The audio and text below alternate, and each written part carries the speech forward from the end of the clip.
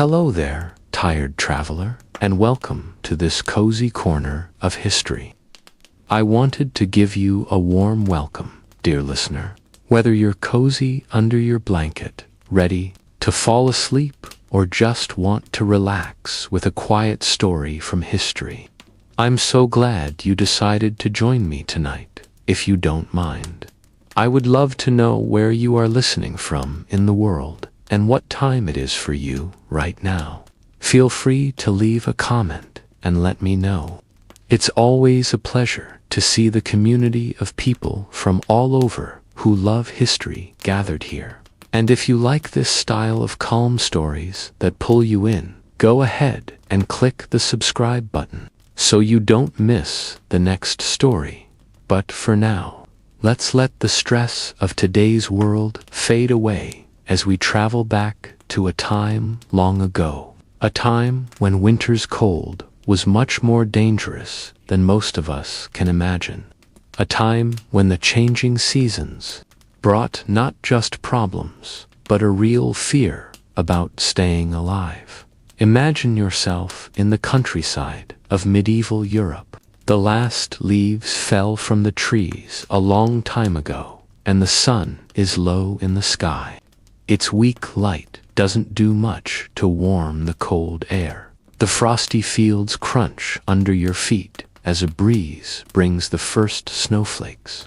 Winter is coming, and for the people of this time, that means one thing more than anything else: tough times. The cold comes in slowly at first, but it will stay for many long months. The land will soon be covered in white. The rivers and ponds will freeze into shiny sheets of ice.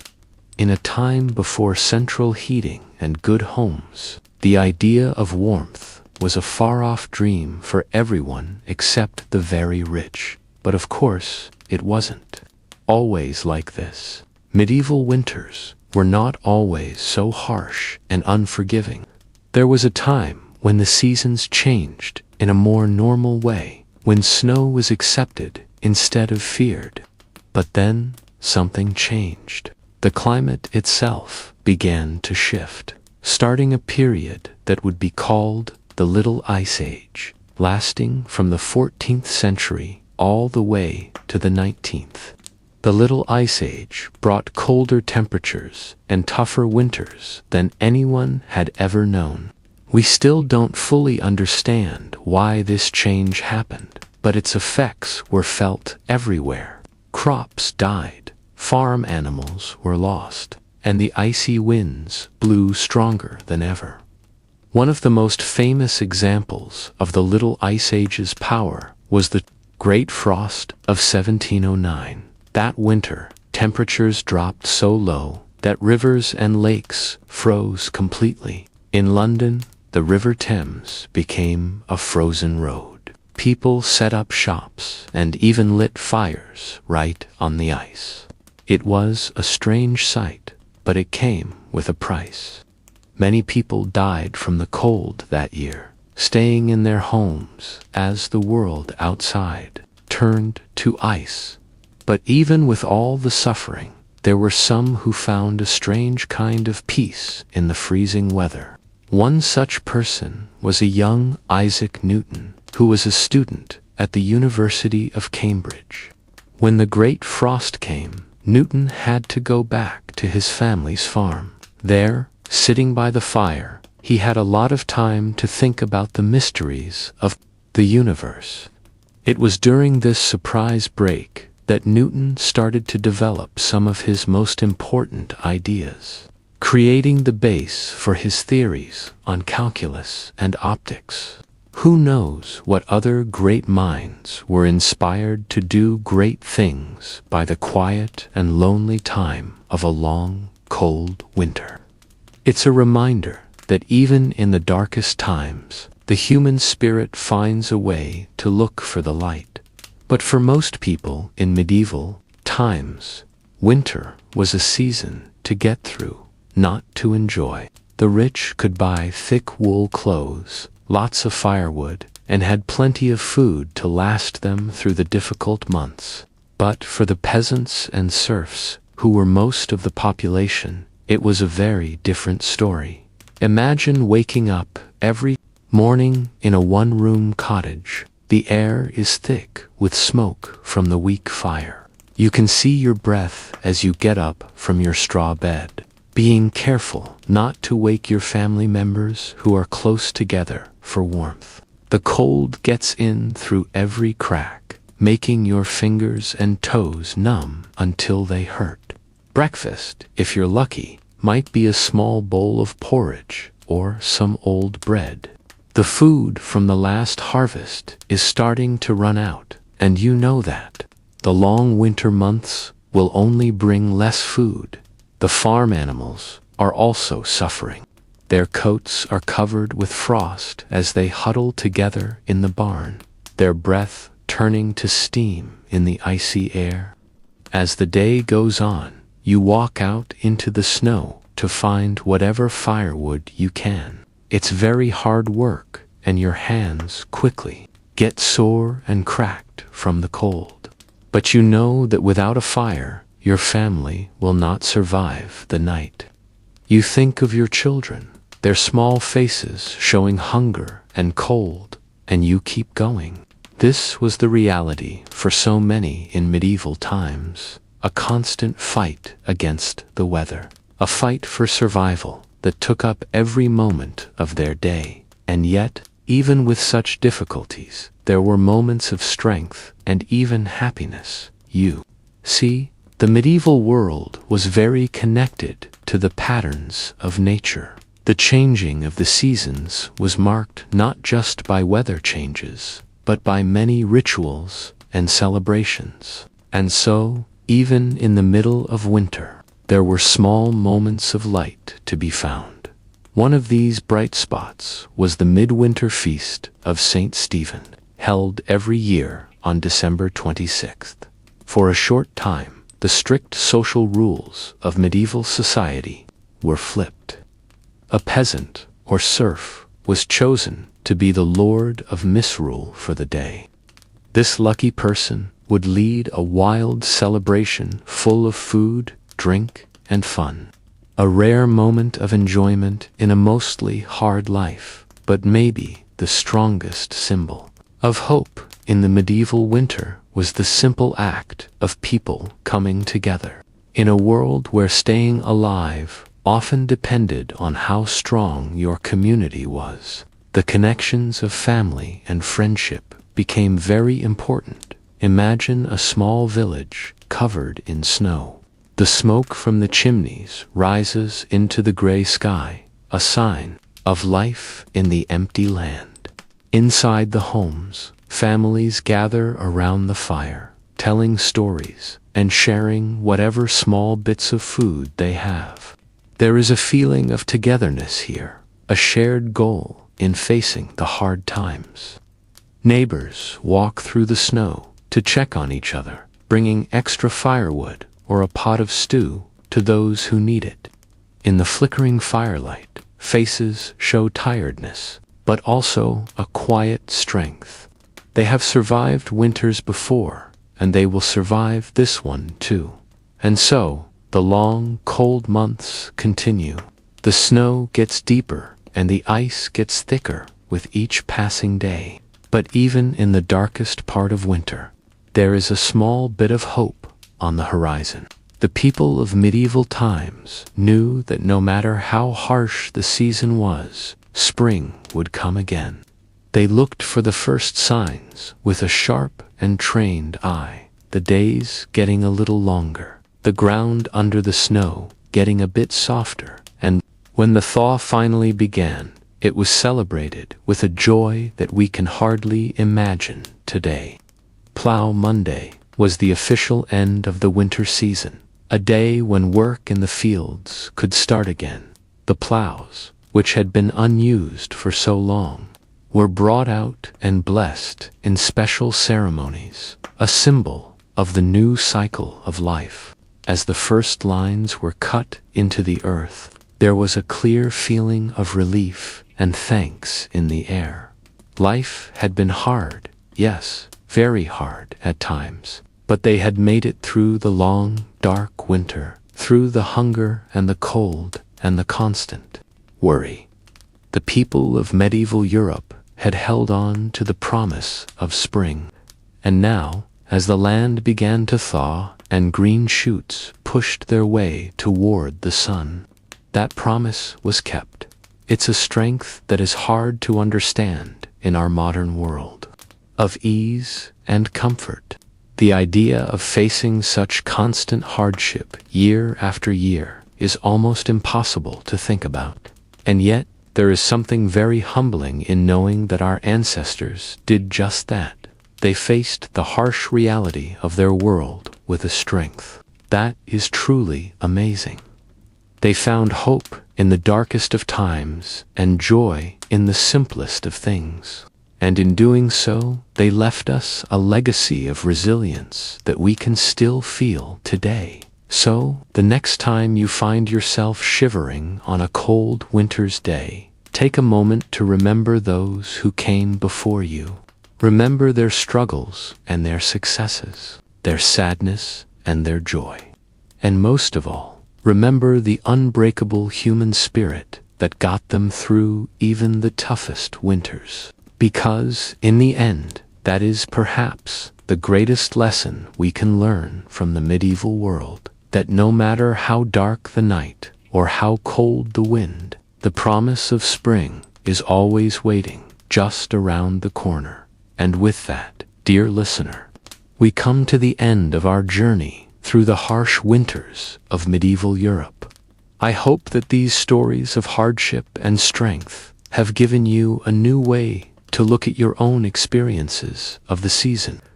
May you always find warmth and comfort in your family and community, just as our ancestors did so long ago. And may the promise of spring light your way through even the coldest of nights. Thank you for joining me in this cozy corner of history. And remember, if you enjoyed our time together tonight, I'd love it if you'd subscribe and share these stories with a friend. There are so many more interesting tales to explore together, but for now, I'll say a warm good night. Stay warm, stay safe, and I'll see you next time for another journey into the past. Sweet dreams as the harsh conditions of winter tightened their icy grip on medieval society. Even the most powerful people were not safe from the season's cruel attacks. In drafty old castles that were not ready for the toughest months, royal families faced a huge challenge in fighting off the biting cold and keeping the court well supplied. The work of keeping a royal home running during winter was enormous. Huge amounts of firewood had to be stored to keep the big fireplaces burning, which were the only source of heat. The kitchen staff worked all the time to store meats, grains, and vegetables that would feed the court through the long, difficult months when fresh food was hard to find. Servants hurried to seal every crack and hole to keep out the cold that snuck in. But even the best efforts were often not enough against winter's constant attack. In one very cold story, a medieval queen is said to have sadly died from the cold inside her own palace. According to old records, Queen Elizabeth of Hungary was found frozen in her bed on a cold January morning in 1326. She was a victim of the same castle that was supposed to be her safe place. As sad stories like these show, the shadow of death was always present in the medieval world during winter's dark times. But even in such a dark situation, the strong human spirit kept going and found reasons to feel hope again. For most people, that small bit of hope came from the feast of St. Stephen, a loved midwinter celebration on December 26th. This day was a short break from the endless hard work and difficulty of peasant life, a rare chance for fun and enjoyment. A key part of the feast was the tradition of misrule, a playful turning upside down of the normal social order. For this one day, a common person would be made the lord of misrule. They were given temporary power to lead the fun and give playful orders to their superiors. Even though it was short, this act of fun was a way to release the stress and anger caused by the strict feudal system. The firm lines between lord and peasant blurred for one fun-filled day, where everyone could join as equals in eating, playing games, and celebrating. The sense of community created by such celebrations was more than just fun. It was a necessary tool for survival, with winter's cruelty threatening to break both body and spirit. The bonds of friendship and kindness made during the feast of St. Stephen and other celebrations helped people get through the toughest times. One story from 1377 tells the sad tale of two peasant families. They were neighbors whose small winter food supplies had run out long before spring came. About to die from hunger, they put together the last of their poor things to share a simple meal on the feast of St. Stephen. That act of kindness and togetherness gave them the strength to survive the rest of the season's hardships. Such acts of kindness were the very heart of medieval society in winter. When a helping hand to a frostbitten traveler or an extra log for a shivering widow could mean the difference between life and death. The shared goal of surviving winter's attack together created a culture of depending on each other that went against the era's often cruel social structure. But even the warmest shows of friendliness and goodwill eventually faded as winter's non-stop misery went on and on. The feast of St. Stephen was just a small spark of light and fun in the frozen darkness, a brief break before the hard work of January, February, and March.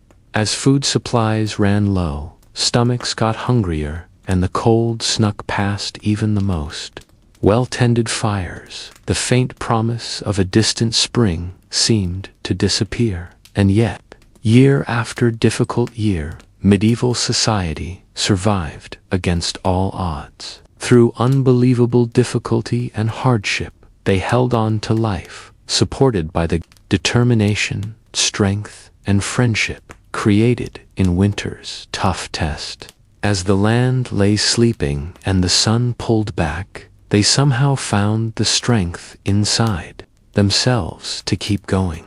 One can only imagine the huge feeling of relief and joy that came with the first small signs of winter's end, the slight warming of the freezing air, the slow lengthening of daylight, the hopeful drip of icicles giving way to the sun's growing strength. After months of constant struggle, the sight of the season's first small losses to the forces of light and life must have seemed like a miracle for the tired farmers. No day was more welcome than Plough Monday, the traditional start of the farming year. It fell on the first Monday after Epiphany in early January. It announced that the ground would soon thaw and wake up, even though the deepest cold of winter had not yet fully let go. The rituals of Plough Monday offered a real symbol of hope, a promise of winter's eventual weakening and spring's return.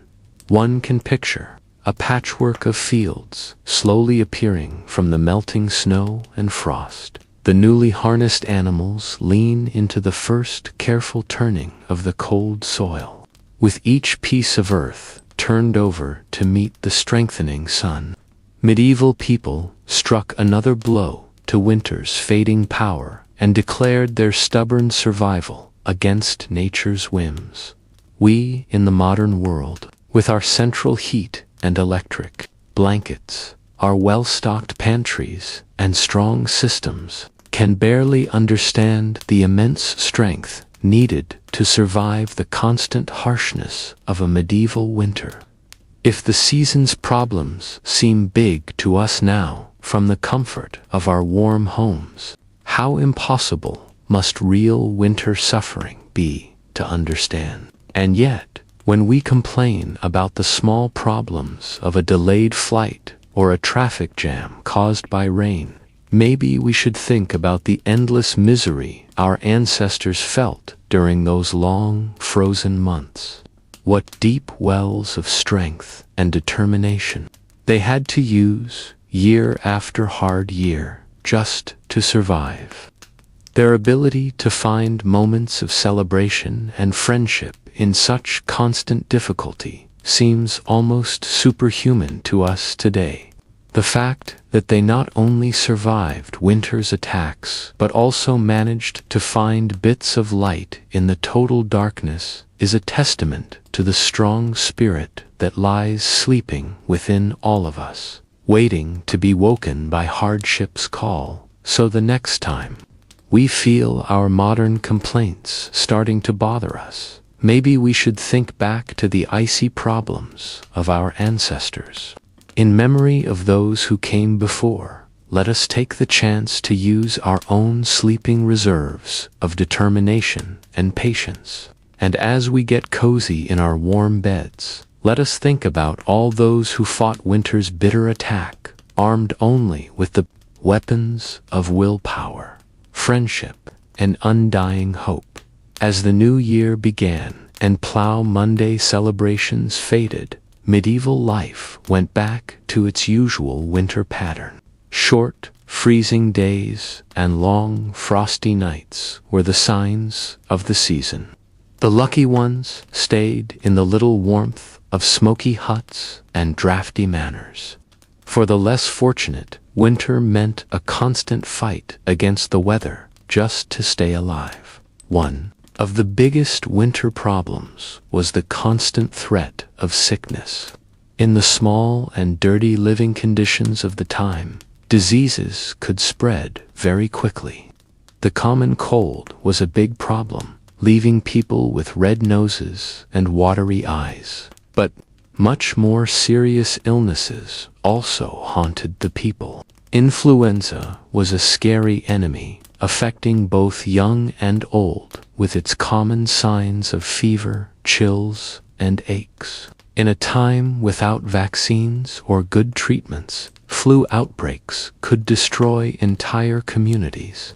The winter of 1557 was especially harsh, with a strong type of flu spreading across Europe. In Paris alone, over 10,000 people died. Pneumonia was another quiet killer, attacking those who were weak from hunger or other illnesses. The winter dampness got into the lungs, causing them to fill with fluid until the person basically drowned. Crowded living spaces were the perfect place for pneumonia to spread. It was not strange for many members of the same family to die, leaving behind orphaned children and broken lives. Even royalty was not safe from winter sickness. In fact, diseases often spread even faster in castles and courts because of the constant coming and going of people. A visiting official or pilgrim might unknowingly bring a disease with them. Henry VIII lost his beloved wife, Jane Seymour, to problems after childbirth, which were likely made worse by the poor hygiene of the time. Children were perhaps the most at risk. Harsh weather, little food, and dirty conditions combined to make winter a truly dangerous time for the young. Babies born in the cold months had a very risky start in life. In London in the 1500s, half of all children did not live to see their 5th birthday. One sad practice of the time says a lot. The custom of bone lace involved tying a black ribbon to the hand of a very sick baby. If the child died, this ribbon could then be used to tie their burial cloth, a sad reminder of winter's deadly effect on the most innocent, with danger both outside and inside the home. Winter was a time to lock down and pray for survival. For those with little money, even the basic comforts of shelter, food, and warmth were not guaranteed. The icy grip of winter poverty was constant and cruel. Firewood was a valuable thing, with strict laws about gathering fallen wood from forests. A peasant family might huddle around a simple fire of dried animal waste and straw, trying to get a little bit of weak warmth. Shivering animals shared what heat there was, their breath steaming in the cold air. Food supplies shrank to a small amount of salted meat, dried peas, and rough bread. The plentiful autumn harvest was a distant memory, and the first green plants of spring were still months away. Finding winter nutrients meant searching the bare land for tough foods like nettles, garlic, and mushrooms. The lack of fresh vegetables in winter made for some very boring dinners. A typical stew might have peas, beans, salted pork, and, if lucky, some found greens and wild onions for flavor. It was tasteless and boring, but enough to keep a person alive until spring. For many, even this unappealing routine was an impossible luxury. Storms, droughts, pests, and other disasters could destroy food supplies, causing entire areas to face a crisis. The Great Famine of 1315 was a particularly terrible time, caused by non-stop heavy rains that rotted crops in the fields across northern Europe. Old accounts show a scary picture of desperate people forced to eat dogs, horses, and even human flesh in their hunger. Parents were said to have smothered their starving children as an act of mercy. Bodies filled the streets and fields, too, many for proper burial. Although this famine was unique for its size and scale, local crop failures and food shortages were a constant threat. A medieval winter diet was a fine line between just enough to live and starvation. It was a time of staying inside with the knowledge that things would likely get worse before they got better, beyond basic survival. Winter affected every part of medieval culture. Free time, religious worship, and even crime and punishment were all marked by the season. The sheer hard work of just getting by in the bitter cold colored all parts of life. Socially, winter was a time of staying inside and relying on family and community bonds. With travel being dangerous and daylight short, people looked for entertainment and learning inside during the long. The flickering light of simple candles lit up scenes of sewing, weaving, and carving wood. Since being idle was seen as a bad thing, being busy was more of a need than a choice. Winter's confinement at least provided plenty of time for such useful activities. For those who could read, simple tradesman's library might have a Bible, a prayer book, benefit and entertainment of the whole household. Winter was a time for sharing treasured stories of brave knights, clever tricksters, and sad lovers. The knightly adventures of King Arthur and his court were always popular. Their complex stories and noble ideas helped transport listeners far away from the small spaces of their winter homes. Less wholesome entertainments also helped liven up the boredom of winter days. The sound of knucklebones and the rattle of dice could be heard in many taverns and great halls as fortunes were won and lost. Drink was another common winter activity. The fermented comforts of ale, mead, and wine helped to warm both the body and the spirits. Pubs were very busy, offering friendship, entertainment, and an escape from the bitter cold. Being drunk often led to looser tongues and fewer inhibitions. starting lively debates, rude songs, and sometimes a fight or two. The short, dark days of winter also led to quiet thought and spiritual reflection. The church had a great influence on the medieval mind, and winter was a time for getting closer to God. With farm work paused, more time could be spent on prayer, asking for forgiveness and good deeds. The traditional nativity plays and pageants of Christmas time gave way to more serious prayers as winter got deeper.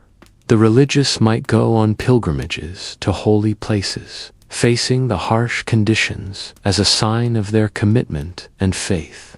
Others spent hours in quiet churches, holding rosary beads, numb with cold. The 7 acts of mercy provided a plan for generosity, feeding the hungry, giving drink to the thirsty, sheltering the homeless, clothing the naked, visiting prisoners, comforting the sick, and burying the dead.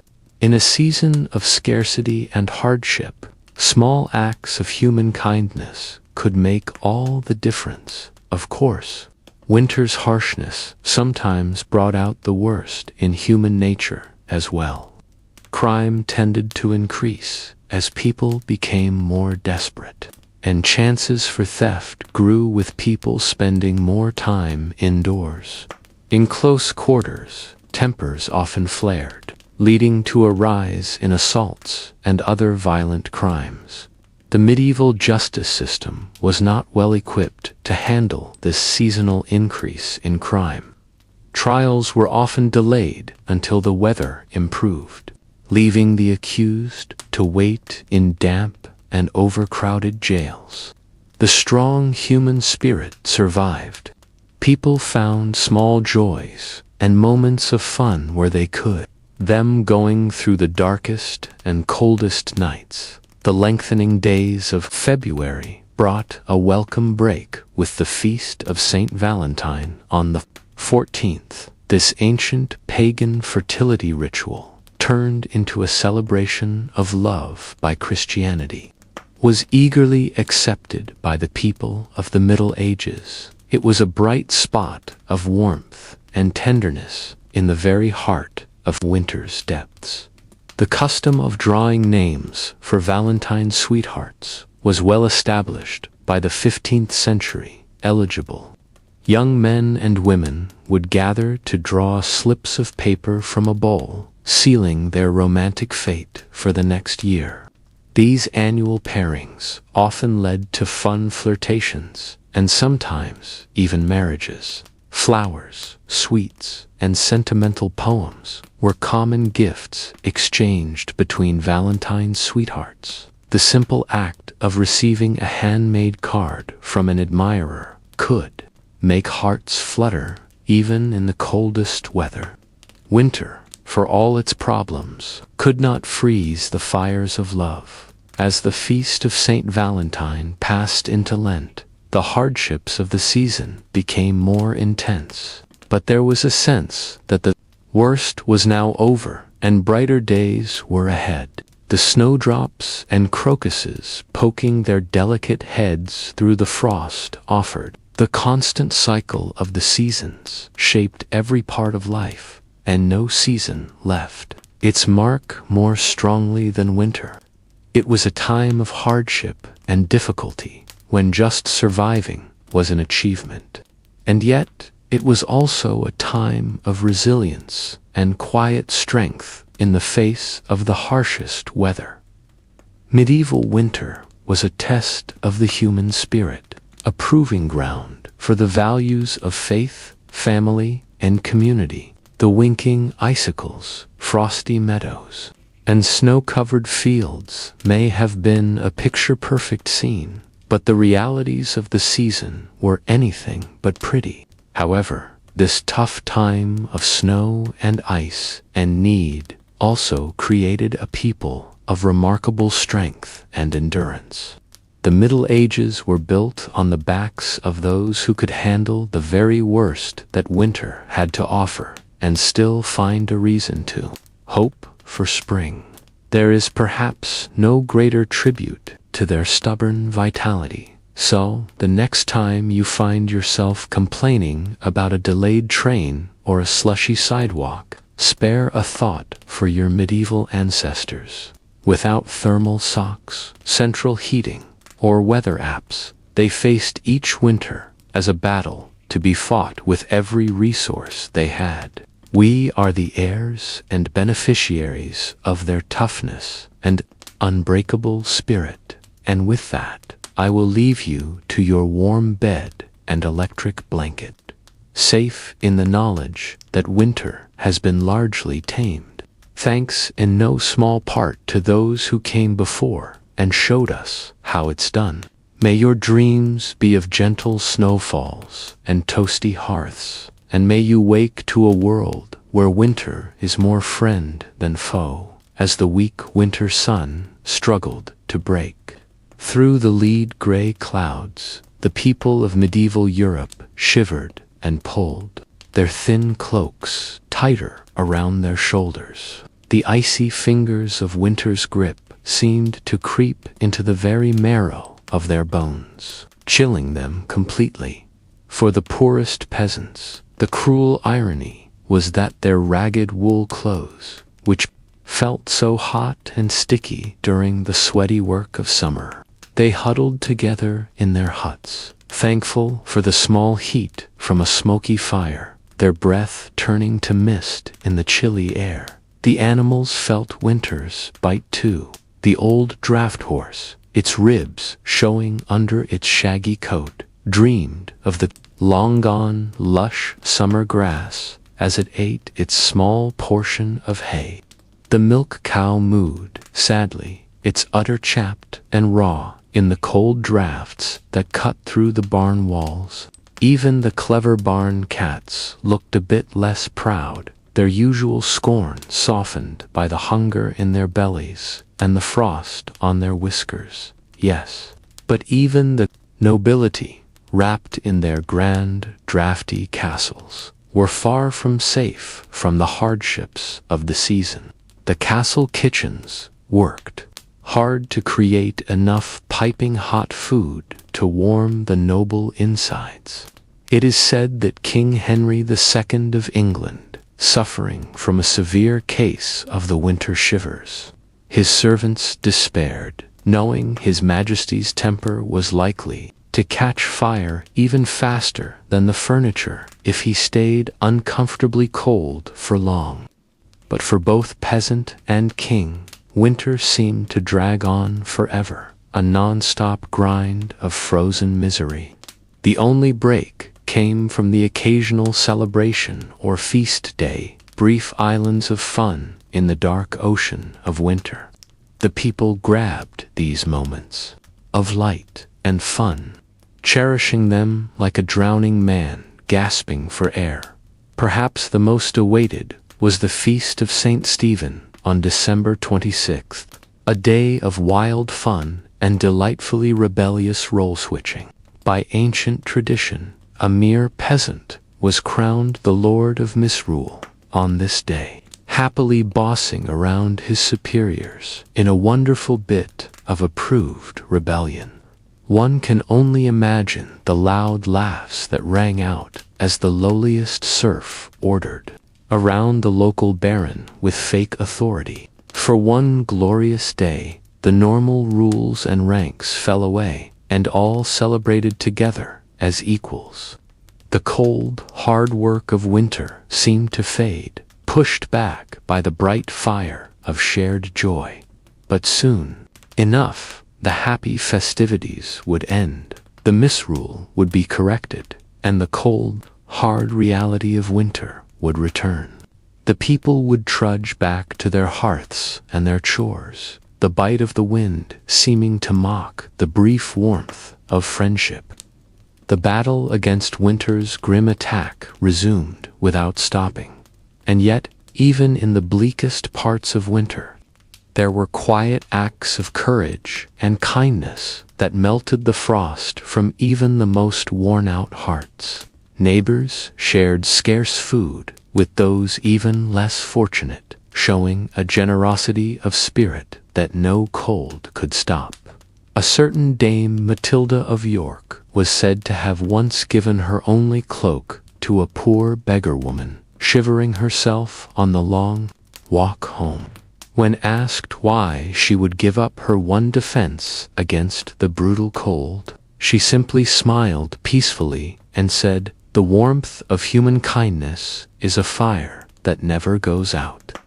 Such selflessness, such nobility of spirit, was the secret weapon with which the medieval people armed themselves against winter's constant attack. For though winter could freeze their fingers and toes, it could not touch the invincible summer that reigned forever in their hearts. And so they endured, they persisted, they triumphed in their own way over the harshest of seasons. The first green buds of spring were more than just a welcome sight. They were a living proof of the toughness of the human will, the indomitable spirit that could outlast any winter, no matter how dark or cold, as we snuggled deeper under our cozy electric blankets. Perhaps we should remember the trials and triumphs of our medieval ancestors, for in their unending battle against the elements, in their stubborn refusal to bow before nature's unpredictable fury, they forged a legacy of resilience that warms us still today.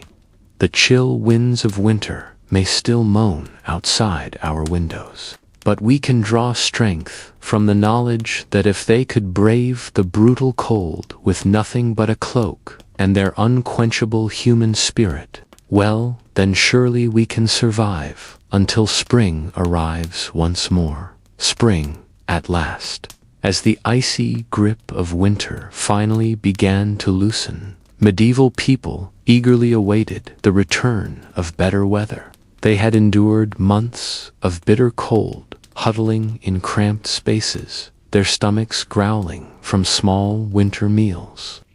But now, as the sun lingered a bit longer in the sky each day, shining off the melting snow, there was reason to celebrate.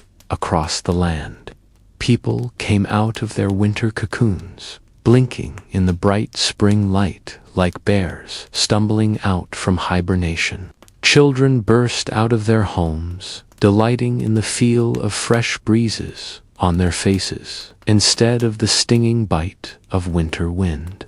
With happy laughter, they ran through the wet mud, marveling at the first brave crocuses poking their petals. Through the thawing ground and in the fields, farmers eagerly awaited Plough Monday, the traditional start of the farming year. Occurring on the first Monday after Epiphany, it marked the moment when the ground had softened enough for plowing to begin. Draft horses and oxen would be hitched to plows and paraded through the village streets, decorated in garlands and brightly colored ribbons. Church bells rang joyously as the procession passed, a festive start to the growing season ahead. There was a real sense of relief as chimneys puffed with smoke once more. No longer choked with snow and ice, the threat of frostbite and illness faded along with the snowbanks, faces lined with worry from the stresses of winter survival now crinkled into hopeful smiles instead. Soon, vibrant spring and summer produce would replace the bland, preserved grains and hard cheese that had barely kept them alive through the long, dark months. It's perhaps difficult for us to imagine from our modern viewpoint just how important this seasonal shift was. We may grumble about slushy roads, or groan at losing an hour of sleep to daylight savings time. But for our medieval ancestors, the arrival of spring was nothing short of life-affirming. It meant they had survived winter's brutal attack, warding off starvation and sickness for one more year. The bare trees clothing themselves in green once more was an outward reflection of the inner regrowth and renewal medieval people felt as warmth and light returned. Some of that joy can still be heard, echoing through the ages in lively medieval folk tunes and poems that welcome spring's sweet return. One English song cheerfully proclaimed, "Loudly sing, cuckoo, the seed is growing, and the meadow is blooming, and the wood is springing up anew. Sing, cuckoo."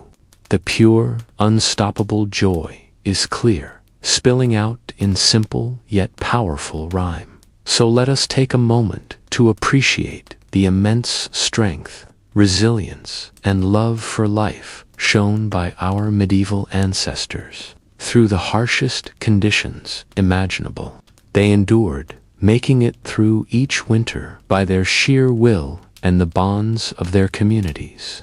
And when spring sun and birdsong broke winter's oppressive silence at long last, they celebrated wholeheartedly, knowing they had once again triumphed over nature's cruelty. As we snuggle into our warm beds, perhaps grumbling half-heartedly about the chill outside our windows, we might spare a thought for those long-ago souls, the ones who would heave a sigh of pure relief as the snow gave way to mud, flinging open their shutters and letting the spring air rush in. The ones who met winter's brutality with a toughness and an exuberant will to live that should humble us to this day. Let their strength be a reminder to us when we face our own bleak seasons, literally or metaphorically. If they could emerge from the depths of winter hardship with such open joy, then surely we too can find wells of hope to sustain us. The thaw will come, the sun will return, and we will step out once more into the light, our voices joined in a resounding chorus of "Loudly sing, cuckoo." The blizzards and bitter frosts continued to torment the land, but medieval folk had a stubborn resilience. Even in the darkest depths of winter, they found ways to help each other survive the storm. Neighbors shared what little food they had, taking turns hosting shared meals. Villages assigned young men to check on elderly widows, bringing them firewood and repairing their broken-down huts. One such widow was Agnes, an old woman with no family to care for her. Her bones ached fiercely in the cold, and her hands trembled as she tried to start a fire without success. She had nearly given up hope when there was a knock at her door. It was Tom, a strong village lad, his cheeks red from the biting wind.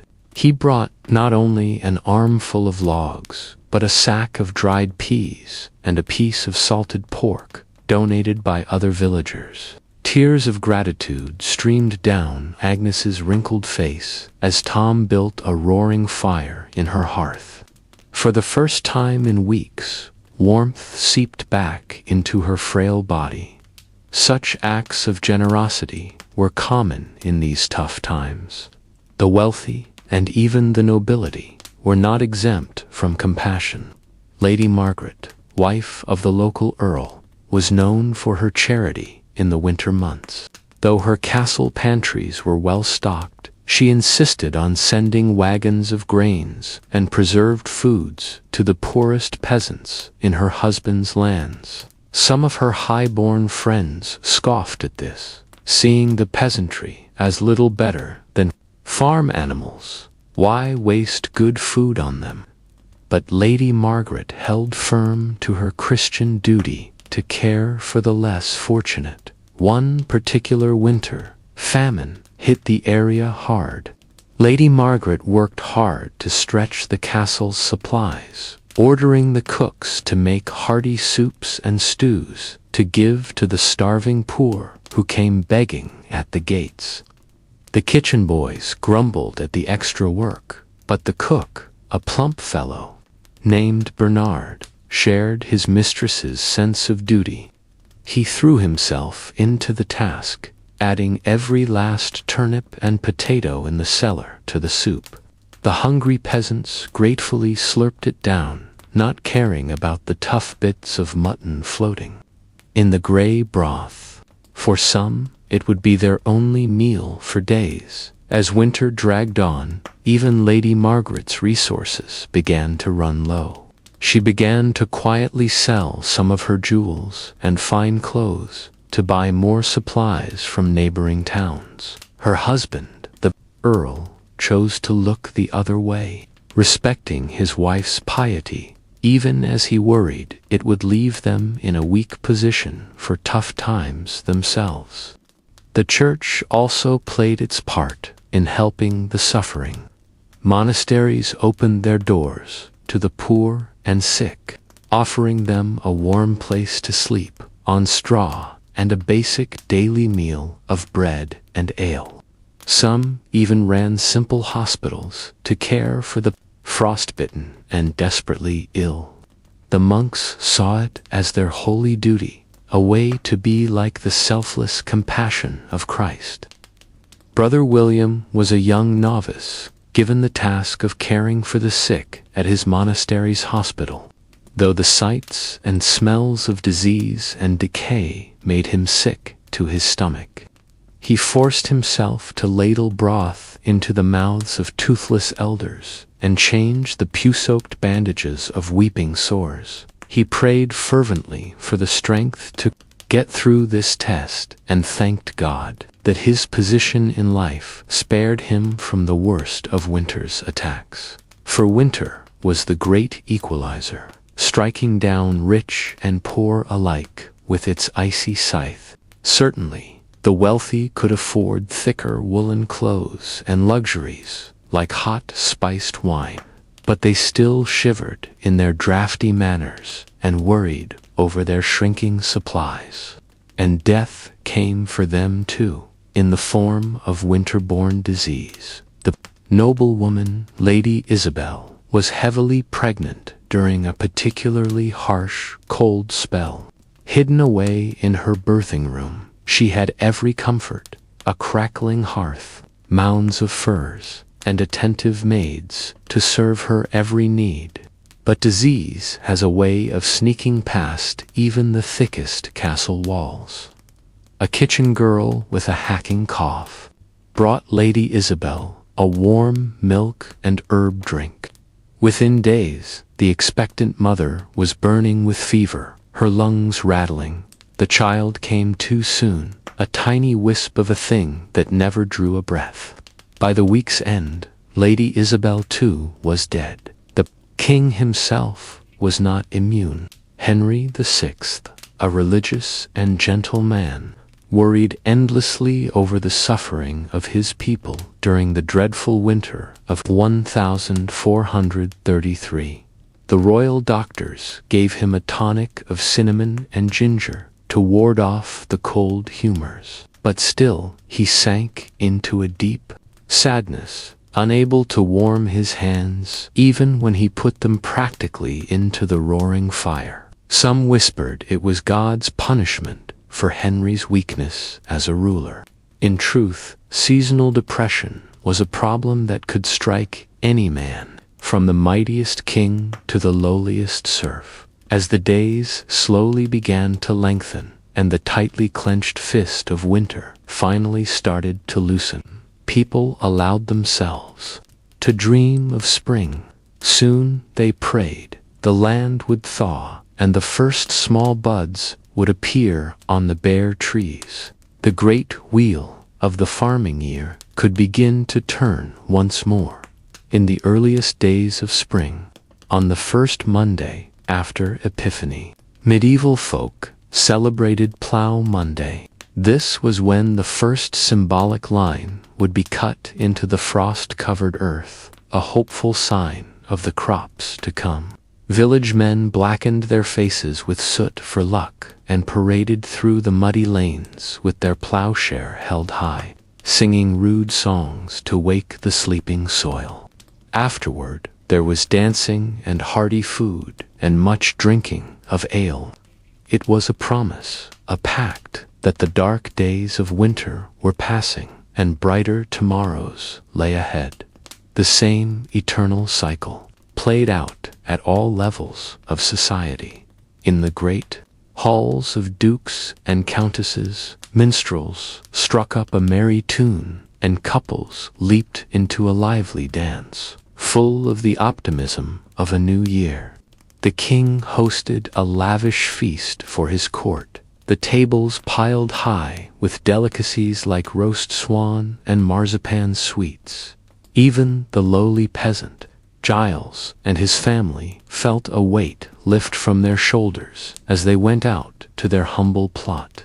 Giles clutching the pouch of precious saved seed that meant a future of full bellies. The wretched widow, Agnes, who had been on death's door, found herself stirring a bubbling pot of stew, humming tunelessly.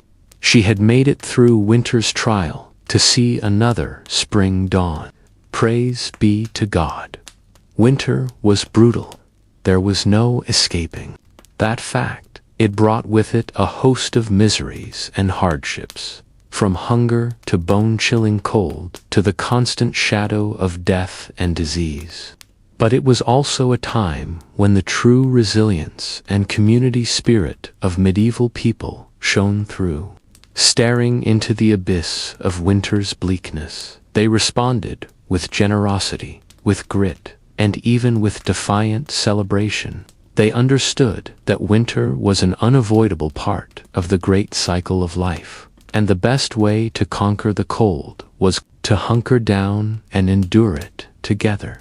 So, as you huddle beneath your cozy duvet, perhaps grumbling about the high heating bill or scraping a bit of frost from your windshield, spare a thought for your medieval ancestors. Reflect on how they survived winter after winter in a world before electric blankets, central heating, and grocery deliveries at the click of a button. Though our modern winter woes may seem all-consuming in the moment, they are nothing compared to what medievals faced each year, and perhaps we could learn a lesson from them, that empathy, charity, and an unstoppable hope for spring are the best ways to weather the hardships life throws our way, whether it be a polar vortex or a pandemic.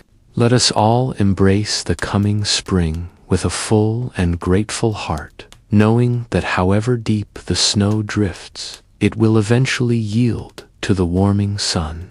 The harshness of winter only makes the blossoming of spring all the sweeter. And so, as a medieval king might say, let us winter bravely, so that we may spring eternally. Frost crackles underfoot as you trudge through snowdrifts, your breath clouding in the icy air. Icicles glitter in the pale sunlight, hanging from the roofs of wattle and daub huts. The village lies quiet and still, huddled against winter's attack. This is what winter looked like for most of our medieval ancestors. Not the cozy scenes we imagine of happy feasts in snug castles decorated with holly and buzzing with music and laughter. No, for the vast majority, winter was a time of bone-chilling cold, gnawing hunger, and grim survival. The shadow of winter hunger was never far away. With crops withered and farm animals scarce, putting food on the table became a daily battle. Grain stores dwindled, and bitter herbs and shriveled turnips were soon all that stood between a family and starvation. One bitterly cold winter in 1315, a medieval Englishman's harvest was a third less than usual due to storms and freezing weather. The desperate serfs were reduced to eating the straw roofs off their huts and boiling the leather from their shoes, all while still being forced to work for their powerful lords.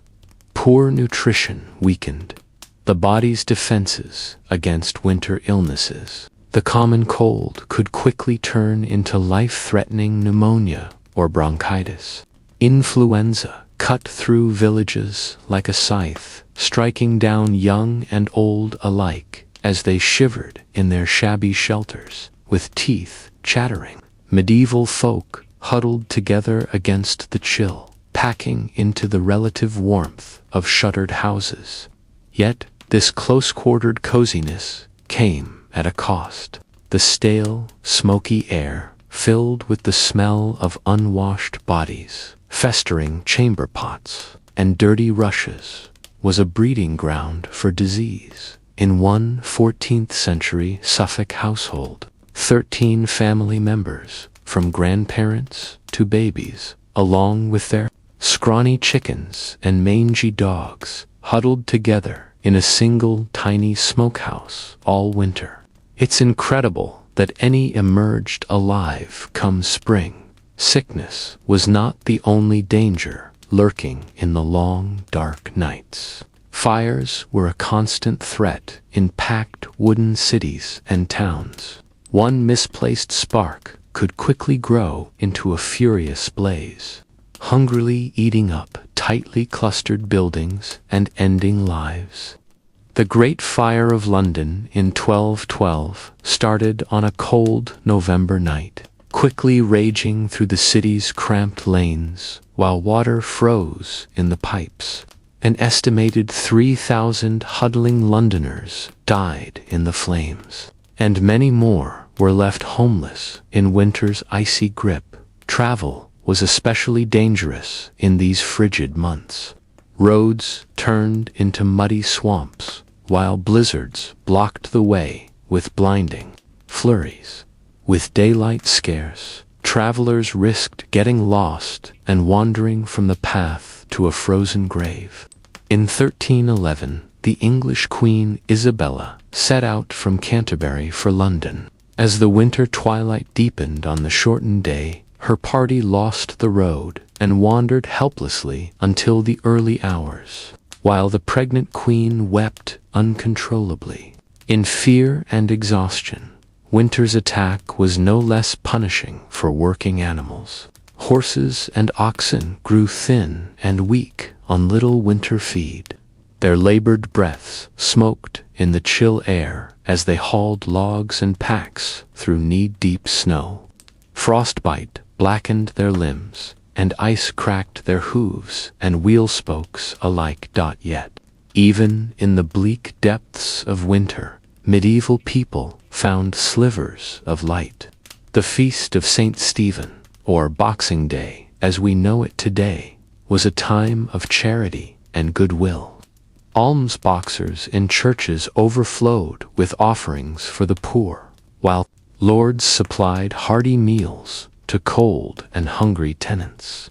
The Lord of Misrule tradition brought a spark of rebellious fun to the darkest days. A lowly peasant, jester, or deacon would be crowned king and preside over merry revels marked by drunkenness, role reversals, and mischief, a temporary appending of the established order. Despite the hardships and dangers medieval winters posed, hope somehow survived, etched in frosty breaths and no doubt spoken as fervent prayers.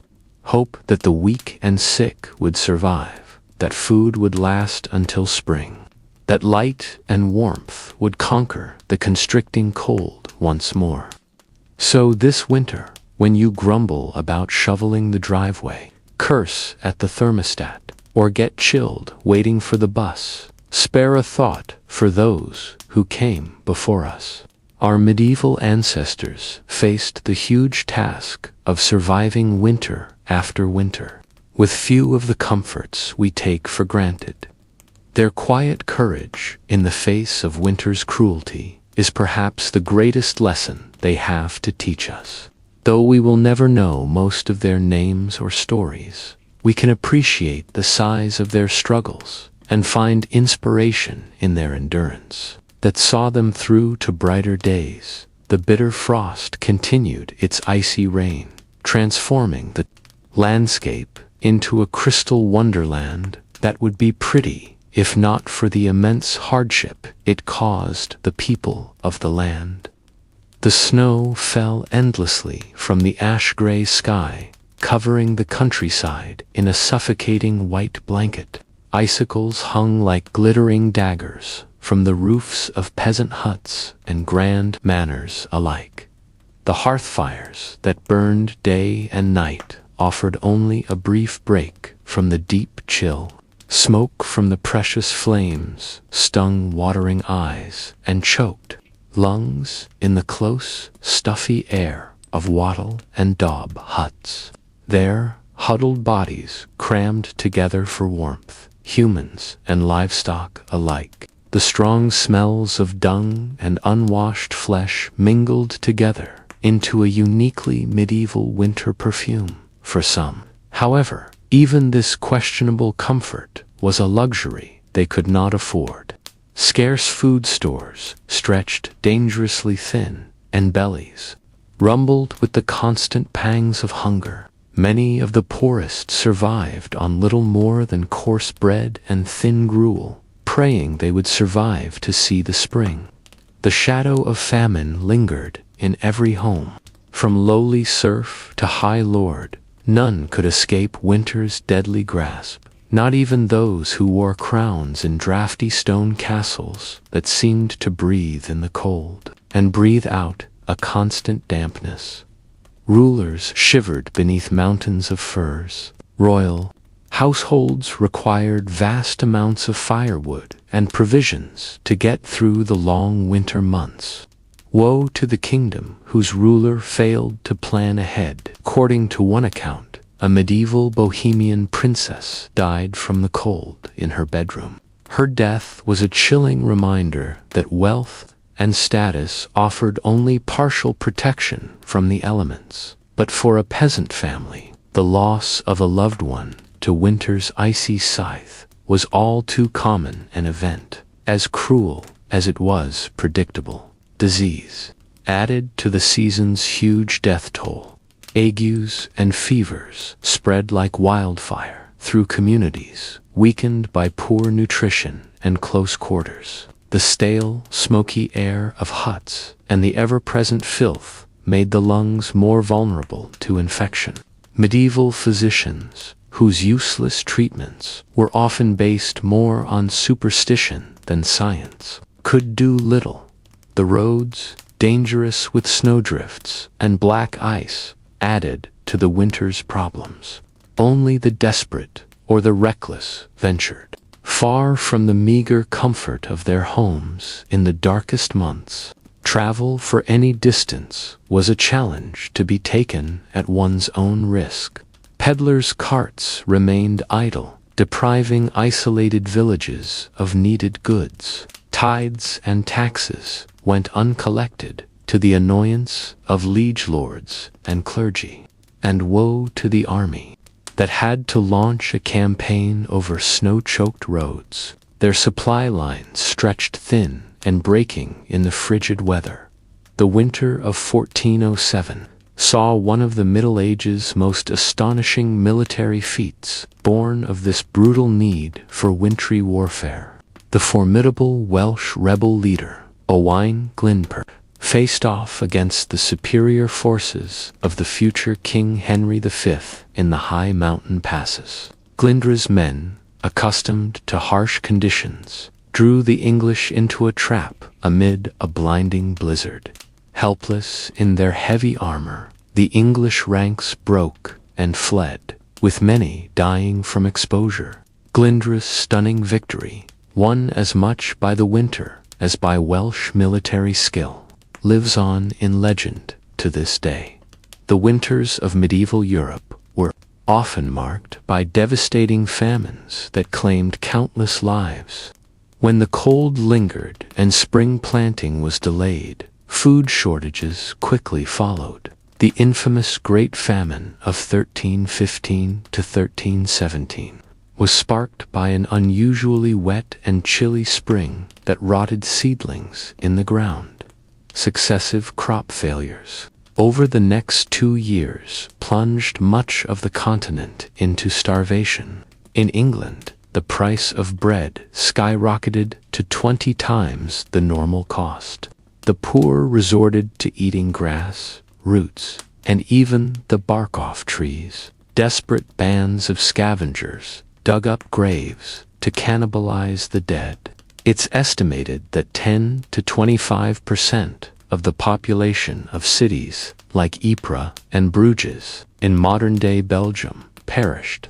In the French town of Troyes, a citizen wrote in his diary that the poor were eating dogs, horses, and other unclean things. The misery was worsened by crime and disease, as malnourished citizens turned to theft and violence to survive. One heart-wrenching account from the St. Mary's Abbey Chronicles relates the fate of a starving woman imprisoned for stealing a loaf of bread. The woman was pregnant and starving, but the baker would give her no bread, so she stole a loaf and was caught. The judges would not pardon her, so she was hanged.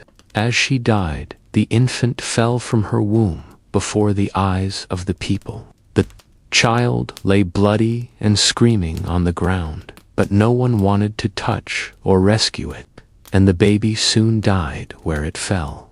The famine finally eased in 1318, when the weather turned favorable again and crops began to grow. But the specter of starvation stalked the land every winter, ready to reap a grim harvest at the slightest problem. For medieval people, winter was always a time of gnawing unease, if not outright terror, as they prayed their meager food stores would last until spring. Poor nutrition weakened the populace and left them vulnerable to disease. The close, unsanitary living conditions of winter led to frequent outbreaks of infections like influenza, dysentery, and pneumonia. Respiratory illnesses, especially, took a heavy toll, spread by coughing in stale, smoky air as people huddled around fires. Something as simple as a winter cold could quickly turn deadly in the Middle Ages. Even the doctors of the era were of little help, relying on questionable treatments like bleeding and purging with laxatives to restore the balance of a patient's humors. The Emperor Charlemagne allegedly died of pleurisy in the bitter winter of 814 after his doctors treated him with poultices and ointments to no avail. Many historians believe the Black Death of the 14th century spread so quickly because malnourished citizens, packed together in winter quarters, had little resistance to the disease. The 1348 to 1349 outbreak killed a staggering 30 to 60% of Europe's population. One poignant tale comes from Pistoia, Italy, where a man named Sir Luca wrote to his brother Francisino, describing the devastation. "I am sick at heart and can barely bring myself to write. 4 things here go from bad to worse. Many are dead, and many more are dying. Shops are closed, taverns deserted. One passes down streets without meeting a soul. Wails of grief echo from houses where death has struck. The stench of rot rises from mass graves. I fear our city may soon be empty of life entirely. I beg you, stay where you are and pray for us unceasingly." As the plague raged, entire villages were wiped out. The suffering was worsened by the trauma of hasty mass burials in frigid ground and sick people being expelled to die alone in the snow for fear of contagion. The devastating losses of the Black Death left deep psychological scars and forever altered the medieval world. Winter was an especially dreaded time for the elderly, young children, and expectant mothers. Without the benefits of modern medicine, these vulnerable populations frequently died from cold, disease, or malnutrition. It's estimated that in some medieval societies, up to 20 to 30% of infants died within their first year of life, many during the harsh winter months.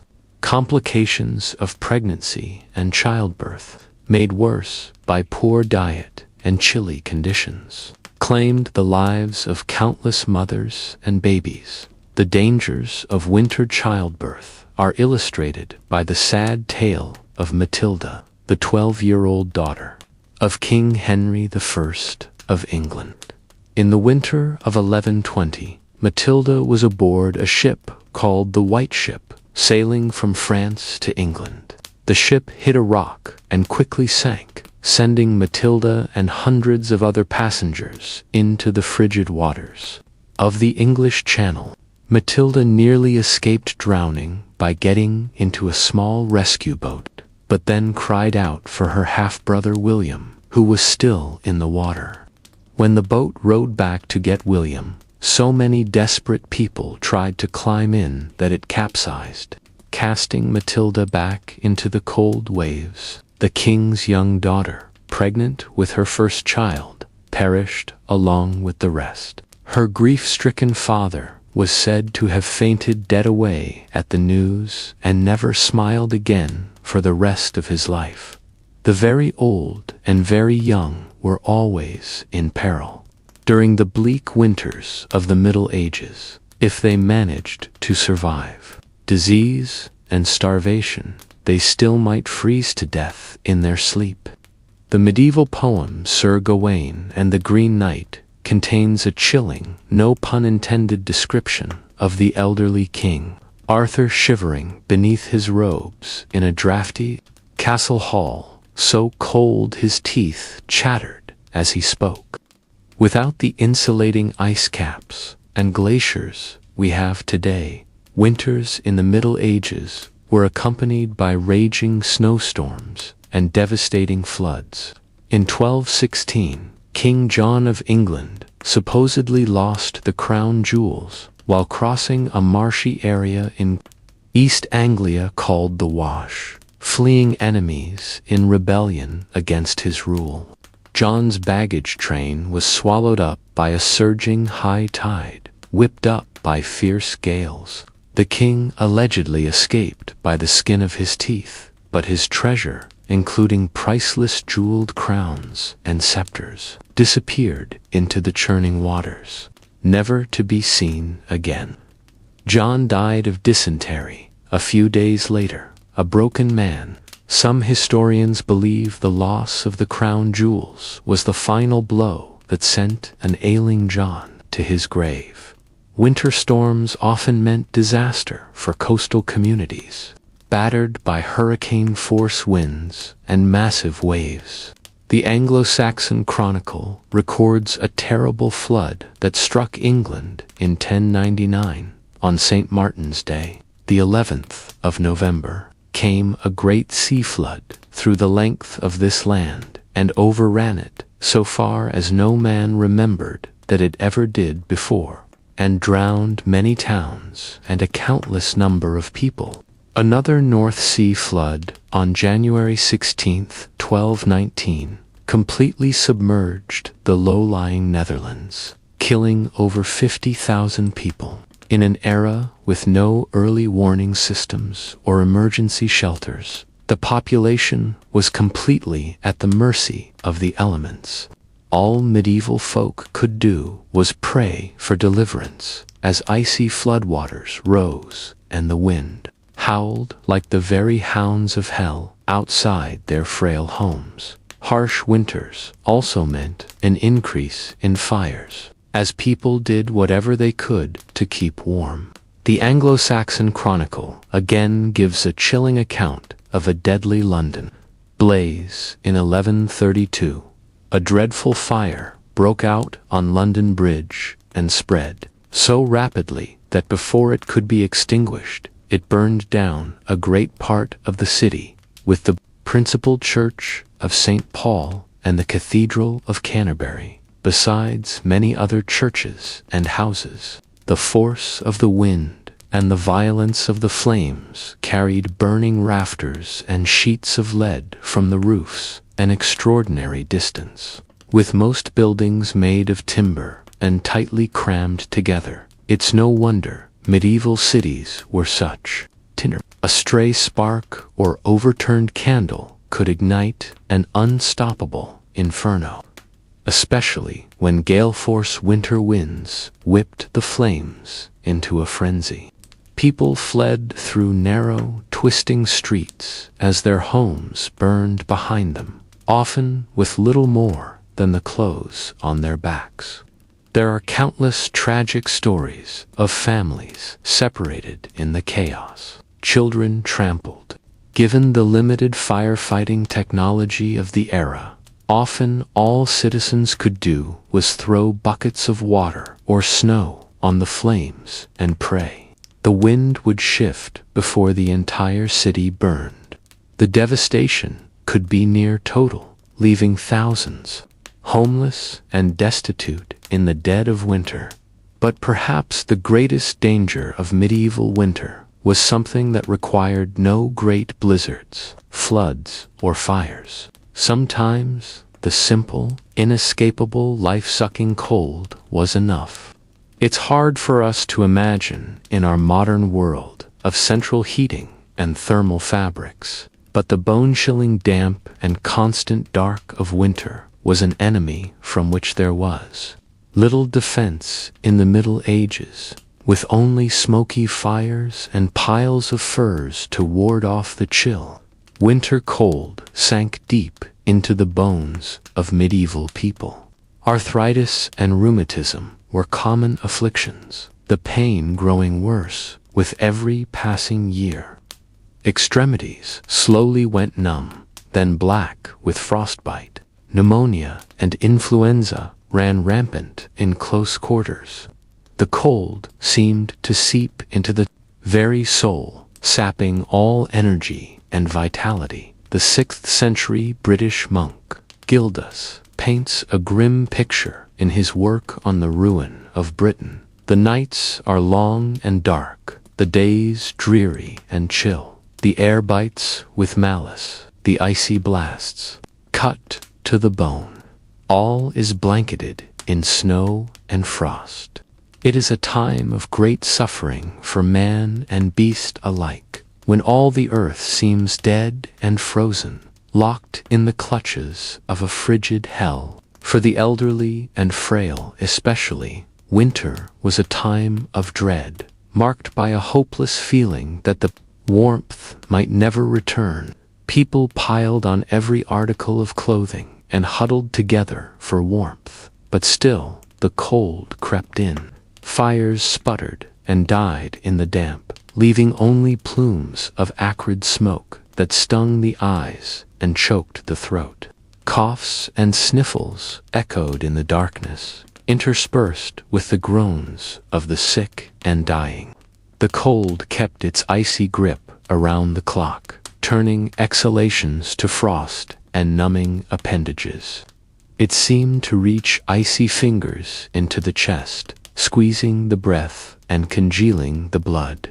Even the young and healthy moved as if through deep water, sluggish and yielding. There was no escaping winter's clutches in the Middle Ages, no Florida vacations or cozy electric blankets to take the edge off. The cold was a constant, merciless companion, sapping precious energy needed for survival.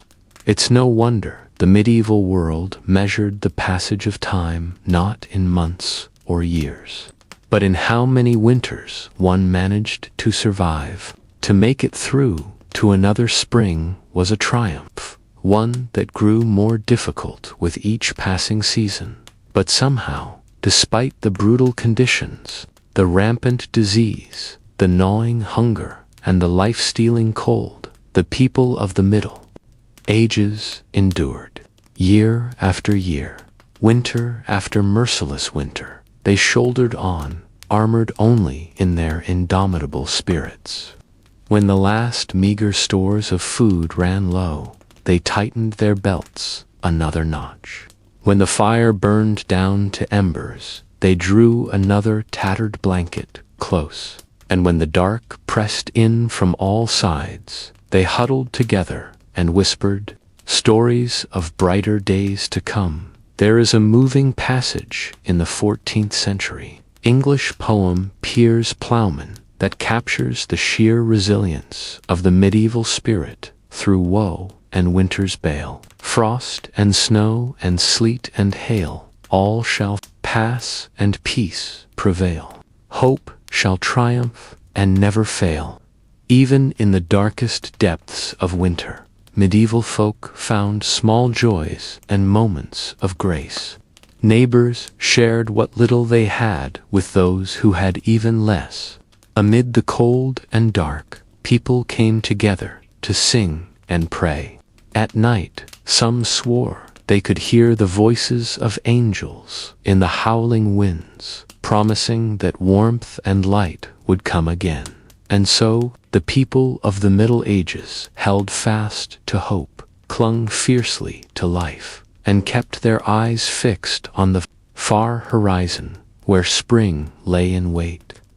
They knew in their bones that winter, no matter how brutal and unrelenting, was always a temporary state. The sun would return, the snows would melt, and the world would be reborn, as green and glorious, as if winter had never come at all. All they had to do was endure, and endure they did, with a strength forged in the very ice and stone of the season. The winters of the Middle Ages were brutal, merciless, and seemingly endless. They brought hunger, disease, destruction, and death.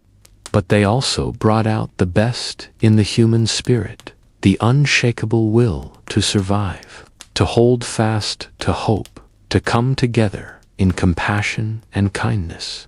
The medieval world was tempered in winter's icy crucible and emerged stronger for it, a little tougher, a little wiser, with a bone-deep appreciation for the turning of the seasons. So perhaps we can learn a lesson from our medieval forebears. As we grumble about scraping a few inches of frost from our windshields, for them, winter was a matter of life and death, a season to be survived with gritted teeth and unshakable resolve. And survive they did, passing down to us their tales of winter's wrath and the invincible power of the human spirit in the dead of our modern winters. May we remember their fortitude and find in it the inspiration to shoulder through our own dark days. The people of the Middle Ages stared winter full in its icy face and refused to yield. They endured floods and famine, blizzards and blackest night. They buried their dead in frozen ground and woke to the groans of the starving. But always, always, they held fast to the promise of spring. And if they could make it through winter after winter with little more than faith and furs, then surely we can find the strength to face our own battles, knowing that the thaw will come and light will return. The brutal winters of the medieval world may be long past, but their lessons echo through the ages, a testament to the enduring power of the human spirit. So let us walk in the footsteps of our ancestors and meet winter's chill with courage, compassion, and unshakable hope. For if they could brave the darkest season with heads unbowed, then so too can we. Winter is coming, but spring, as the medieval world knew so well, is never far behind. As the chilling winds howled across the frozen landscape, medieval folks gathered around the flickering light of the hearth fire, huddled together for precious warmth. They shared tales of winters past, those harsh and unforgiving seasons that tested the strength of even the hardiest souls in humble cottages and grand manor houses alike. The sting of winter's icy breath knew no limits. Drafty shutters and thin, thatched roofs offered little protection against the relentless cold. From peasants to princes, all felt the bite of Jack Frost nipping at their noses and numbing their limbs. But some were fortunate enough to have a roaring hearth around which to gather the crackle of the flames and the aroma of smoke offered small comfort against winter's onslaught. In the castles of the high-born great hall fireplaces consumed huge quantities of wood, attended by shivering servants whose labors never ceased. But even the mightiest noble shuddered to venture beyond the fire's glow, for winter's chill had a way of penetrating even the thickest stone walls and richest furs. For those of low birth, the season brought an especially grim and difficult struggle for survival. Their rough-hewn hovels boasted very little in the way of creature comforts. Meager rations of peat or wood, scavenged from the forest, barely fed the sputtering hearth. Families crammed together in squalid quarters, sharing body heat and breathing air thick with smoke and the foul stench of unwashed humanity. It was a bleak existence, to be sure.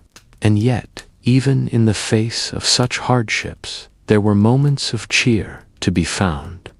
The glow of communal fires in the village square drew folks out of their hovels, if only for a short break. Gathered around the leaping flames, neighbors exchanged jests and jokes, stories and songs. For a fleeting time, the cruel realities of winter seemed distant indeed. Young lovers stole secret kisses, their passion undimmed by the cold. Children shrieked with delight as they scampered and slid across frozen ponds. Even the elderly felt the weight of their years lift for a spell, transported back to the carefree winters of their youth. Such moments of merriment were all the more precious for their rarity. Winter's onslaught was relentless and unforgiving. Thoughts soon turned to empty bellies and the gnawing hunger that was the constant companion of the poor. Dreams of spring's bounty seemed a cruel mockery as fields lay bare beneath a blanket of snow. The specter of famine loomed large in these lean times. A failed harvest could spell doom for entire villages. Many a mother watched in anguish as her child's cheeks grew gaunt and their eyes dulled with the hollow stare of starvation. The cruel math of scarcity bred a special kind of desperation. Tales abounded of the depraved lengths to which some would go to fill their bellies. Unnatural acts that haunted the nightmares of pious folk, and hunger was not the only scourge to stalk the land. Winter's chill breath bred a host of illnesses that preyed upon the weakened populace. The hacking cough of pneumonia echoed through many a hovel as loved ones looked on helplessly. The pox and flux raged unchecked, decimating entire families. The very old and very young were especially vulnerable, their frail bodies ill-equipped to weather winter's ravages. But perhaps the greatest cruelty was reserved for those forced to venture out into the teeth of winter's fury. Travelers risked life and limb on treacherous, ice-licked roads. Many a hapless wayfarer met their doom, swallowed up by swirling blizzards or plummeting into deep snowdrifts. Their frozen corpses would not be discovered until the spring thaw, a grim reminder of winter's lethal power. Even the valiant knights, those stout warriors of the realm, were not immune to winter's depredations. Clad in their heavy armor, they made easy prey for the bone-chilling cold that crept into every chink and rivet. Numb hands, made clumsy by frozen gauntlets, fumbled with sword and shield. Once mighty charges floundered in the deep snowdrifts. As icicles formed on their heaving flanks, great and small alike cursed the name of winter.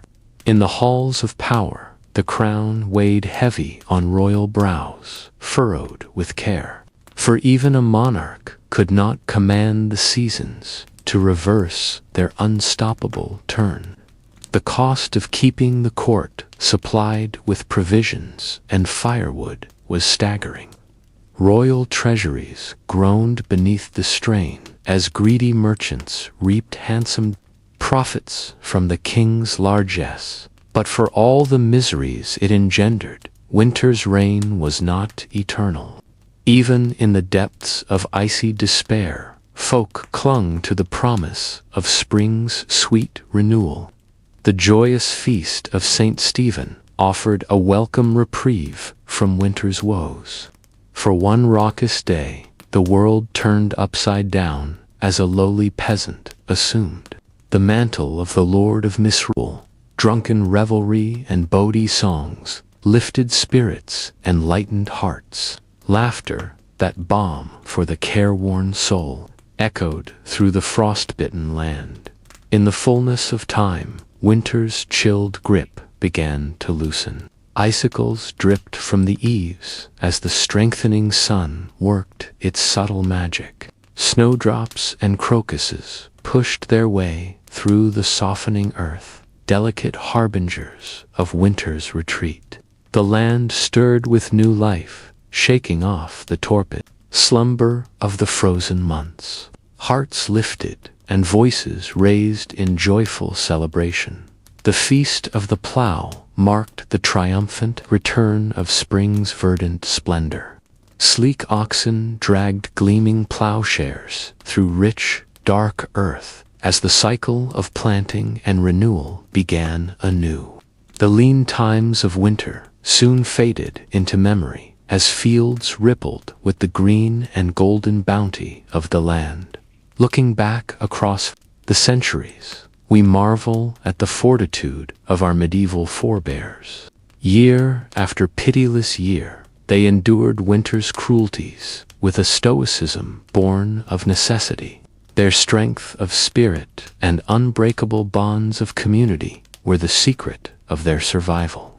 In the face of unimaginable hardship, they found pockets of hope and moments of shared humanity. So, the next time we grumble about the inconvenience of a delayed flight or the indignity of slushy streets, let us pause and reflect. Our modern winter woes are but a shadow of what once was.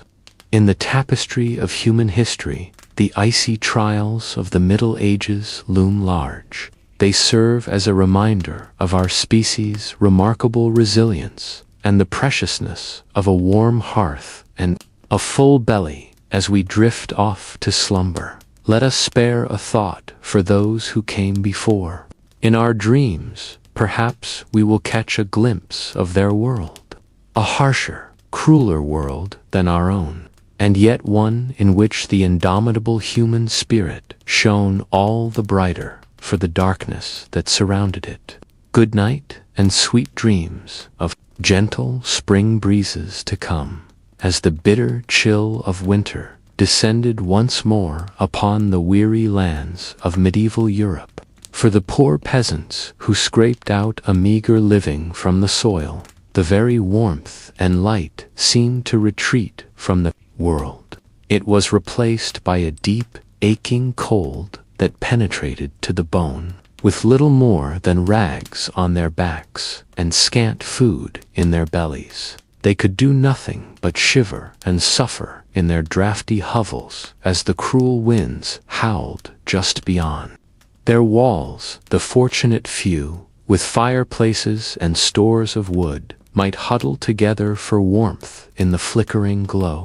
But for most, the only comfort was the shared body heat of family and livestock packed in close quarters. The foul stench of unwashed bodies mingled with the steam of cattle breath.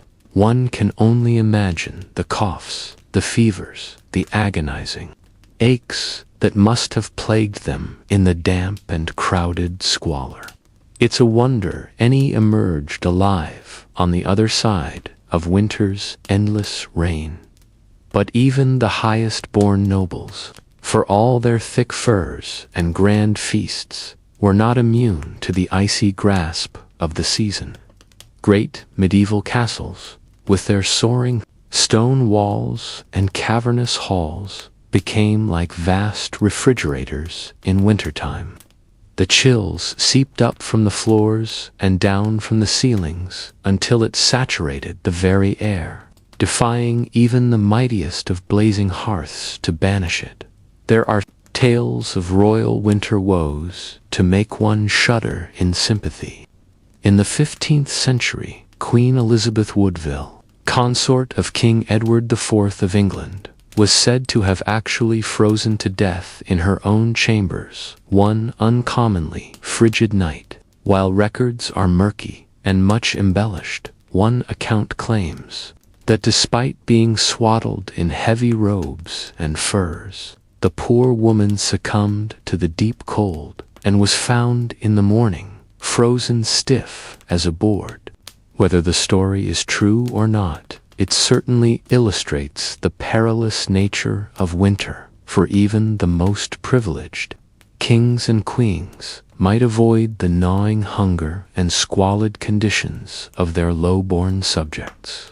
But in some ways, the hazards of the season were a great equalizer. After all, royals could no more command the elements than they could live without air. The chill found its way into even the most luxurious of medieval bedchambers, and so, as the days grew shorter and the nights ever darker and more frigid, the whole of medieval society braced itself for the annual onslaught of winter's wrath. From the lowliest crofter to the loftiest lord, a sense of grim endurance seemed to settle upon the populace, a knowledge that the only way out was through. Stores of grains and salted meats were checked and rechecked.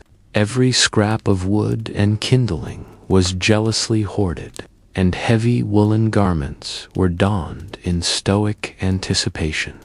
The only spark of levity and hope in the whole bleak affair came with the Christmas festivities surrounding the feast of St. Stephen.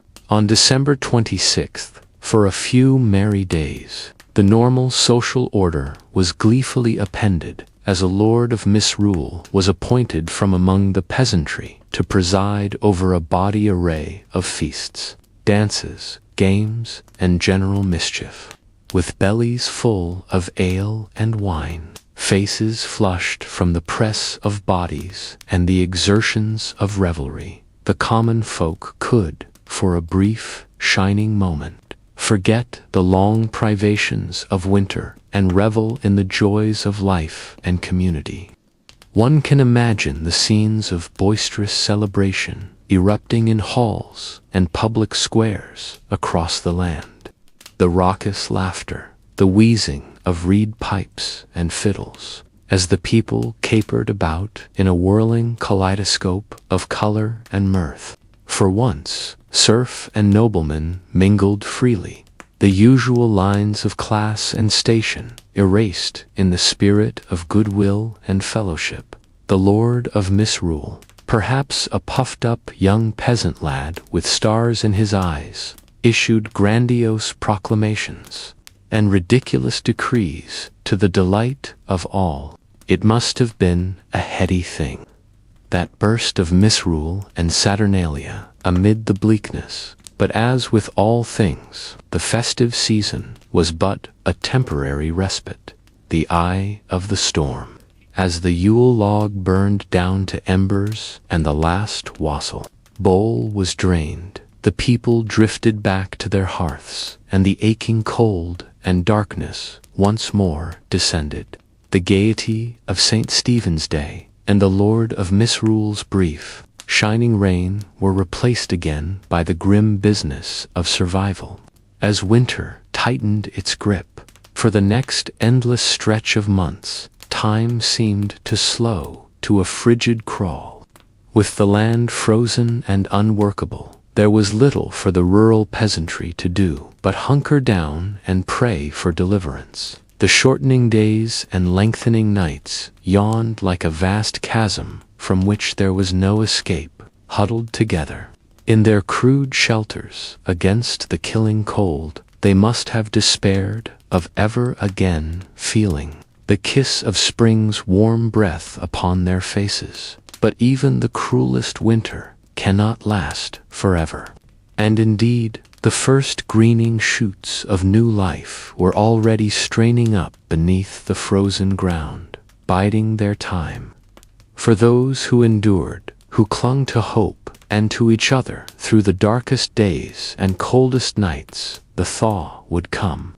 Again, the sun would return to the sky, the blood quicken in the veins. The world would slowly shed its grays and whites for an burgeoning riot of color. On Plough Monday, just after Epiphany, the land could again be tilled, and the great wheel of the agricultural year would creak back into motion. The people would emerge, blinking into the pale but gathering light of spring, leaner and deeply tired, but alive and glad of it. Fields would be furrowed, seeds planted, flocks driven out to graze on new grass, and the whole merry dance of life would begin anew. But that was yet to come. For now the cruel heart of winter beat on, and the people of the Middle Ages steeled themselves once more to weather its icy reign. They drew what comfort they could from their rough woolen cloaks, their smoky hovels, their scant stores of food so diligently laid by, but most of all, from each other. In a world so beset by hardship and peril, where the very season seemed intent on crushing the life from their bones, they endured as they always had, together, lords and peasants, young and old, shivering and hoping beneath the same leaden winter sky, waiting for the spring that must someday come. And so they hunkered down in the darkness and the cold, listening to the mournful howl of the wind and the groaning of the ice, spinning what tales and weaving what dreams they could to while away the long winter nights. Perhaps they imagined a future where the winters were kinder, and hope they could muster in the moment, knowing that even the longest winter must someday yield to spring. In the face of such brutal conditions, the strength of the human spirit to endure and keep faith in brighter days ahead is truly a marvel. One cannot help but feel a swell of admiration for the fortitude of our medieval forebears, who faced each bitter winter as an indomitable foe and emerged, year after year, to greet the spring on the other side. Let us then tip our hats to those long ago lords and peasants who suffered much and yet endured still more. In our modern world of central heating and on-demand grocery deliveries, it can be easy to forget the hardships they faced as a matter of course. But as we drift off to sleep in our warm beds, perhaps we can spare a thought for those huddled medieval masses and marvel at the strength that carried them through winter after winter, waiting for the light's return. In a world so often cold and dark, such enduring hope and resilience is a fire that cannot be quenched, burning on from their distant hovels to our own night-swaddled rooms. May we keep that flame alive in our hearts, come what winter may dot as the long winter months dragged on. Medieval folk looked forward to any opportunity to lift their spirits and foster a sense of community and goodwill amidst the hardships. One such beacon of hope was the feast of Saint Stephen, the solemn religious observances of Christmas Day. Central to the festivities was the custom of misrule, a much-needed release valve for the rigid class tensions that normally dominated medieval life. The Lord of Misrule presided over a topsy-turvy day of revelry, leading raucous processions through the streets, initiating mischievous pranks, and decreeing that everyone, from lords to laborers, should make merry together. Professional entertainers, like minstrels, jugglers and jesters would ply their trades, while games of chance and skill kept the crowds amused. Bodie comedic sketches, called mummers' plays, were performed, reenacting tales from legend and folklore. In broad, exaggerated strokes, mock jousts and farcical court proceedings induced peals of laughter, a welcome respite from the grim realities of winter life. Of course, no medieval celebration was complete without a hearty feast. On St. Stephen's Day, the Lord of Misrule could insist that the wealthy provide food and drink for the whole community, a charitable gesture that fostered goodwill and fellowship among all. Roasted meats were the centerpiece of the feast, from geese and capons to the traditional roast boar's head, marched in with great fanfare. Mincemeat pies, heavy with dried fruit and spices, offered a sweet treat, while the wassail bowl flowed freely, the warm, spiced cider bolstering everyone's spirits. One can almost hear the laughter and lively chatter ringing through the halls, rising above the blustery winter winds outside. For one brief, shining day, the hardships of winter faded into the background as the community came together in a spirit of joy and camaraderie. Of the festivities with them, like a flicker of cheery firelight in the dark, the knowledge that they had friends and neighbors to rely on, that they could find moments of laughter and levity even in the bleakest times, surely helped buoy their spirits for the hard days still ahead. And somehow the winter's icy grip seemed a bit less harsh, the howling winds a bit more bearable, when one had a belly full of good food and a heart full of fellowship. The feast of St. Stephen was a timely reminder that even the deepest darkness of winter would eventually yield to the first hopeful stirrings of spring. Those fragile shoots of new life began to tentatively emerge as the winter snow receded and the frozen ground began to thaw. Across the countryside, watchful eyes eagerly scanned for the appearance of snowdrops, those valiant little flowers that poked their fresh green stalks and delicate white blooms through the melting slush. Their arrival heralded that the long night of winter was finally ending and the season of rebirth was approaching in villages everywhere. Weary folk rejoiced to see the first hints of color and vitality return to a landscape that had been shrouded in icy, white stillness for so many months. With a newfound spring in their steps, medieval peasants returned to the rhythms of the agricultural year, the great wheel of life beginning to turn once more. Farmer hitched his team to the plow, eager to churn the softening earth. The first Monday after Epiphany, falling in January, came to be known as Plow Monday for this very reason. It marked the moment when the land could be worked again after the winter freeze, inaugurating the labors of a new farming season.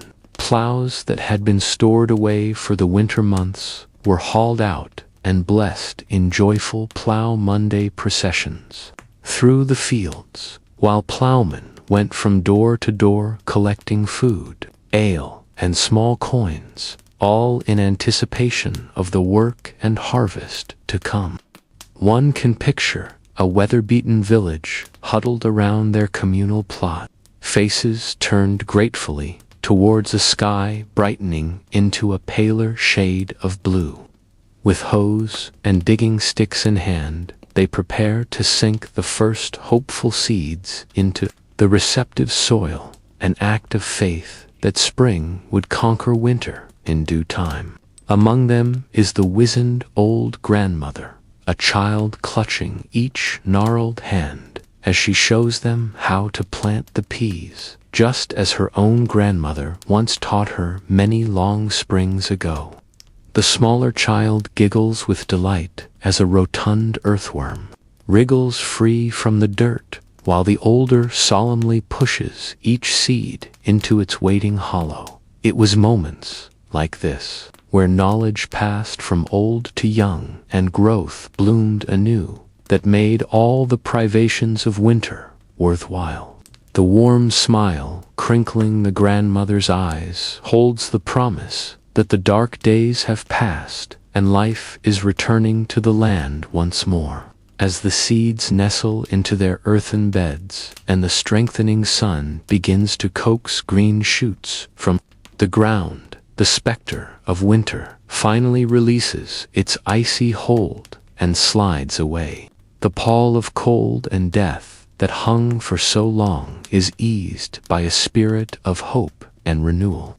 Carried on spring's gentle breezes, looking back from our modern vantage point, it is sobering to reflect on the immense fortitude and resilience it must have taken to endure the brutal medieval winters, year after year, with none of the amenities and comforts we often take for granted.